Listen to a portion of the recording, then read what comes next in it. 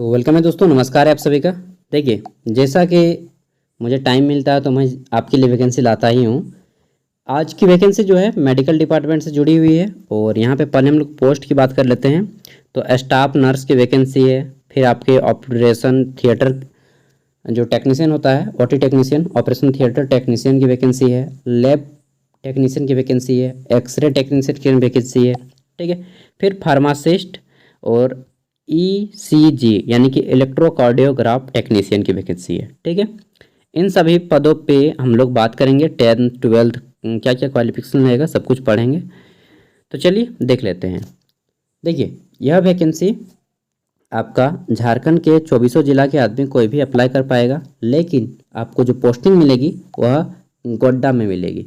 कार्यालय जिला खनिज फाउंडेशन ट्रस्ट, गोड्डा, झारखंड, ठीक है। आवेदन हेतु अंतिम तिथि कब है? तो 12 सितंबर 2023। यहाँ पे 13 लिख दिया है गलती से, ठीक है। सॉरी 23 है, वो लिखे एक को कुछ इस टाइप से है ना, दो को। तो आवेदन की अंतिम तिथि कब है? 12 सितंबर 2023, ठीक है। विज्ञापन संख्या इधर नाम दिया गया है। जिला खनिज फाउंडेशन ट्रस्ट के अंतर्गत संविदा यानी कि कॉन्ट्रैक्ट पे ये वैकेंसी निकाली गई है। और जिला खनिज फाउंडेशन ट्रस्ट गोड्डा के अंतर्गत स्वास्थ्य के क्षेत्र को सुदृढ़ मतलब जो भी है, डायरेक्टली हम बात करते हैं ना, सदर हॉस्पिटल में आपको भर्ती होगी, ठीक है। अब देखिए, यहाँ पे स्टाफ नर्स की वैकेंसी है टोटल 23 गो। इसमें जनरल से 7 गो है, BC1 से 2 गो, BC2 से 2 गो, SC से 5 गो, ठीक है, ST से 5 गो, EWS से 2 गो। और यहाँ पे फॉर्म भरने के लिए क्या क्या चाहिए? तो आपको 10+2 इंटरमीडिएट, साथ ही आपको 3 साल का GNM का कोर्स यानी कि general nursing and midwifery training from any government recognising institute, ठीक है। और किसी भी गवर्नमेंट इंस्टीट्यूट से आप ट्रेनिंग की है तो यहाँ पे आप फॉर्म भर पाएंगे। और आपका झारखंड जो नर्सिंग काउंसिल है वहाँ पे रजिस्टर होना चाहिए, ठीक है। फिर बोला गया है कि यहाँ पे आपका 20,000 रुपया सैलरी दिया जाएगा। आपको मार्किंग जो है एग्ज़ाम नहीं लिया जाएगा। 10th के मार्क्स, 12th के मार्क्स, GNM ट्रेनिंग के मार्क्स, ठीक है। 10th के मार्क्स 10 नंबर वहाँ से रहेगा, 12th के मार्क्स से 10 नंबर, GNM से 40 नंबर, और रिलेवेंट हायर क्वालिफिकेशन से 25 मार्क्स। और रिटन टेस्ट जो होगा या फिर इंटरव्यू होगा आपका, दोनों हो सकता है या फिर कोई भी हो सकता है, ठीक है। तो वहाँ से 15 मार्क्स आपका रहेगा। कुल मिला के जिसका सबसे ज़्यादा स्कोर होगा उसी को लिया जाएगा। और मुझे लगता है ये अच्छा तरीका है, ठीक है, सिलेक्शन का। अगला है ओटी टेक्नीशियन में देखिए 8 गो सीट है। और इसमें आपका जनरल से 3 सीटें हैं, BC1 से एक भी नहीं है, BC2 से एक भी नहीं है, SC से एगो है, ST से 3 गो है, और EWS से एगो है, ठीक है। क्वालिफिकेशन क्या मांगा गया है? तो 10+2 आप इंटरमीडिएट पास हो, साथ ही आप diploma in OT assistant from recognising institute, ठीक है। और झारखंड जो आपका पैरामेडिकल काउंसिल है यहाँ पे आपका रजिस्टर होना चाहिए। आगे देख लेते हैं। तो आपका जो मार्क्स का स्कोर किया जाएगा सेम टू सेम उसी टाइप से रहेगा। सैलरी आपको 11,000 रुपये यहाँ पे दिया जाएगा। नेक्स्ट देख लेते हैं। तो हमारी तीसरी पोस्ट है लैब टेक्नीशियन की, ठीक है। इसमें बोला गया है 10 को सीट है और जनरल से 4। आप लोग देख सकते हैं कहाँ कहाँ पे कितनी सीटें हैं। चलिए आगे देख लेते हैं। तो यहाँ पे बोला गया है क्वालिफिकेशन आपके कि 10+2 इंटरमीडिएट होना चाहिए, और आपके पास डिप्लोमा इन लैब टेक्नीशियन यानी कि DLT और DMLT जो का सर्टिफिकेट होता है वो आपके पास होना चाहिए। साथ ही 1 साल का एक्सपीरियंस भी आपके पास होना चाहिए। डिप्लोमा इन लैब टेक्नीशियन का सर्टिफिकेट और 1 साल का एक्सपीरियंस सर्टिफिकेट किसी भी गवर्नमेंट इंस्टीट्यूट, ठीक है। और साथ में बोला गया है कि आपका जो है झारखंड से आपका काउंसिल से रजिस्टर होना चाहिए, झारखंड पैरामेडिकल काउंसिल से रजिस्टर होना चाहिए। यहाँ पे देख लेते हैं। तो मार्क्स सेम उसी टाइप से रहेंगे, जोड़ा जाएगा आपका, और जो है 15,000 रुपये यहाँ पे आपको सैलरी दी जाएगी। नेक्स्ट देख लेते हैं। तो रेडियोग्राफर एक्सरे टेक्नीशियन की वैकेंसी है, ठीक है। इसमें आपके 5 गो सीट हैं टोटल, और सैलरी 16,000 रुपये है। बोला गया है कि आपको सिंपली इंटरमीडिएट पास होने को मांगता है, साथ ही डिप्लोमा इन एक्सरे होने चाहिए आप, और technology radiology from government recognising institute with 2 year experience in medical lab. ठीक है, किसी भी मेडिकल लैब में, यहाँ पे गवर्नमेंट बोला है बट आप प्राइवेट से भी किए हैं और अगर आपको सर्टिफिकेट मिल जाता है तो अप्लाई कर दीजिए। ठीक है, और झारखंड से काउंसिल से, पैरामेडिकल काउंसिल से रजिस्टर होना चाहिए। सेम टू सेम सिलेक्शन का प्रोसेस है। सैलरी आपको 16,000 रुपये दिया जाएगा। नेक्स्ट देख लेते हैं, तो फार्मासिस्ट की वैकेंसी है 17 को।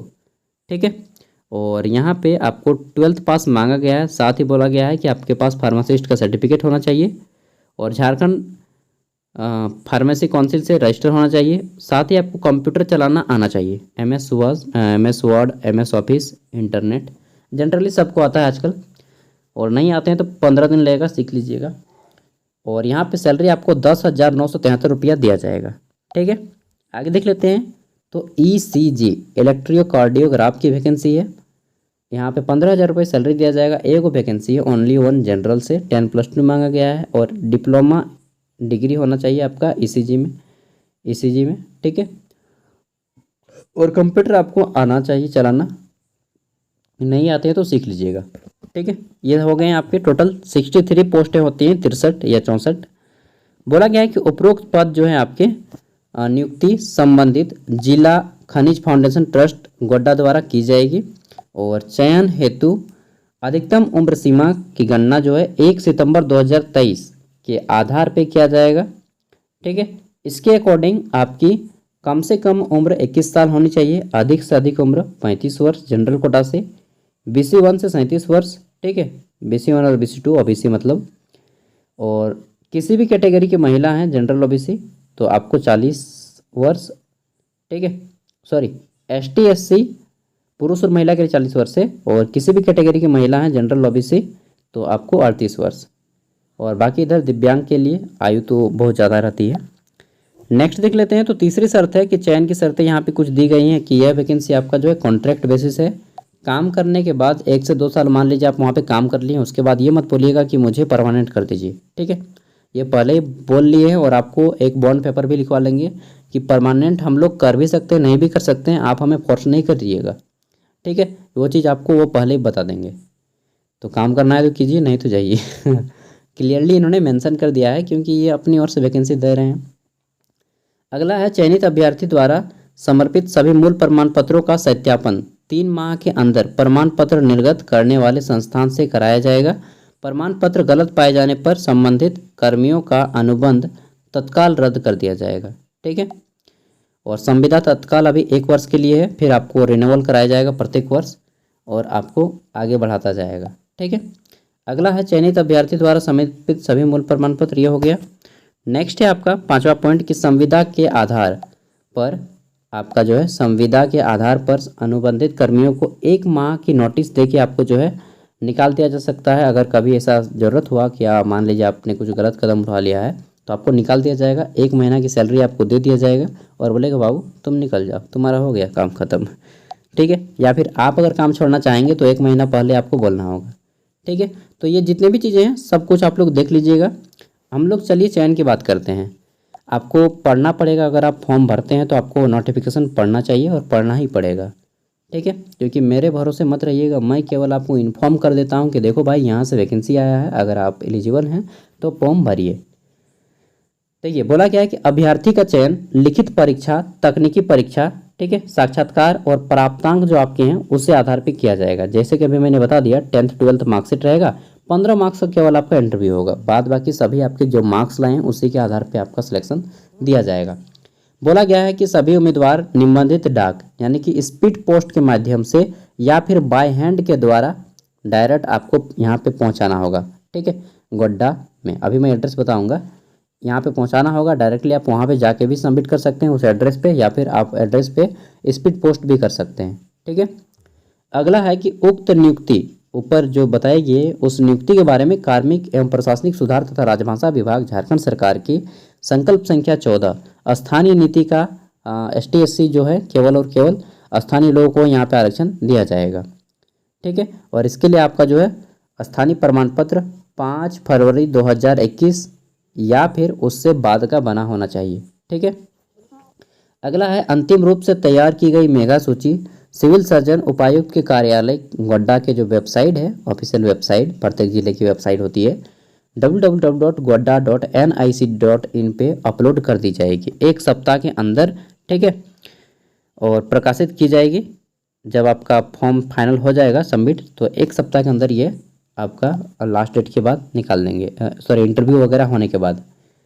अगला है उम्मीदवार को चयन संबंधी सूची 2 भागों में तैयार की जाएगी। एक भाग पद का नाम, रोस्टर बिंदु, ठीक है, रिक्त सुयोग्य अभ्यर्थी के नाम, प्राप्तांक, योग्यता क्रमांक होगा। द्वितीय भाग में बी मतलब जितने कैंडिडेट हैं उनको लिया जाएगा, और एक होगा वेटिंग लिस्ट।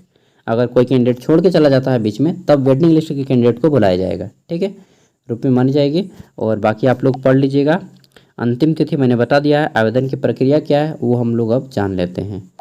तो उपरोक्त योग्यता सह अर्हता रखने वाले उम्मीदवारों से निम्नांकित वेद जो है आपका, अभी मैं फॉर्मेट दिखाऊंगा, इस फॉर्मेट को भरना होगा। आवश्यक अंक प्रमाण पत्र यानी कि आपके मार्कशीट एवं प्रमाण पत्रों की 100 अभिप्रमाणित प्रति, यानी कि जो भी आपका मार्कशीट रहेगा उसको यहाँ पे इस तरह से नीचे में जेरोक्स करा के साइन कर लीजिएगा। जैसे मेरा नाम है सागर साहब, ये मेरा 10th का मार्कशीट है, इस तरह से रहता है ना यहाँ पे छपा हुआ, तो 10th के मार्कशीट के नीचे में जेरोक्स के नीचे में साइन कर दूंगा अपना। इसे हो गया 100 अभिप्रमाणित, ठीक है, मतलब मैंने साइन कर दिया, मेरे द्वारा यह प्रमाणित हो गया, ठीक है। 100 अभिप्रमाणित। आरक्षण के दावा हेतु सक्षम पदाधिकारी द्वारा निर्गत आवासीय प्रमाण पत्र और जाति प्रमाण पत्र, जन्म प्रमाण पत्र, मतलब 10th का मार्कशीट ही आपका जन्म प्रमाण पत्र हो गया, मैट्रिकुलेशन प्रमाण पत्र, कंप्यूटर दक्षता प्रमाण पत्र, एडीसीए या डीसीए का सर्टिफिकेट नहीं है तो बना लीजिएगा, बन जाता है, ठीक है, तथा आवेदन पत्र के साथ 100 अभिप्रमाणित 2 पासपोर्ट साइज के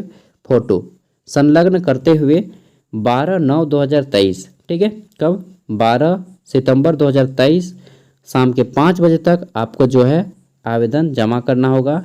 12/9 शाम के 5 बजे के बाद अगर आप जमा करते हैं तो आपका फॉर्म रिजेक्ट कर दिया जाएगा, ठीक है।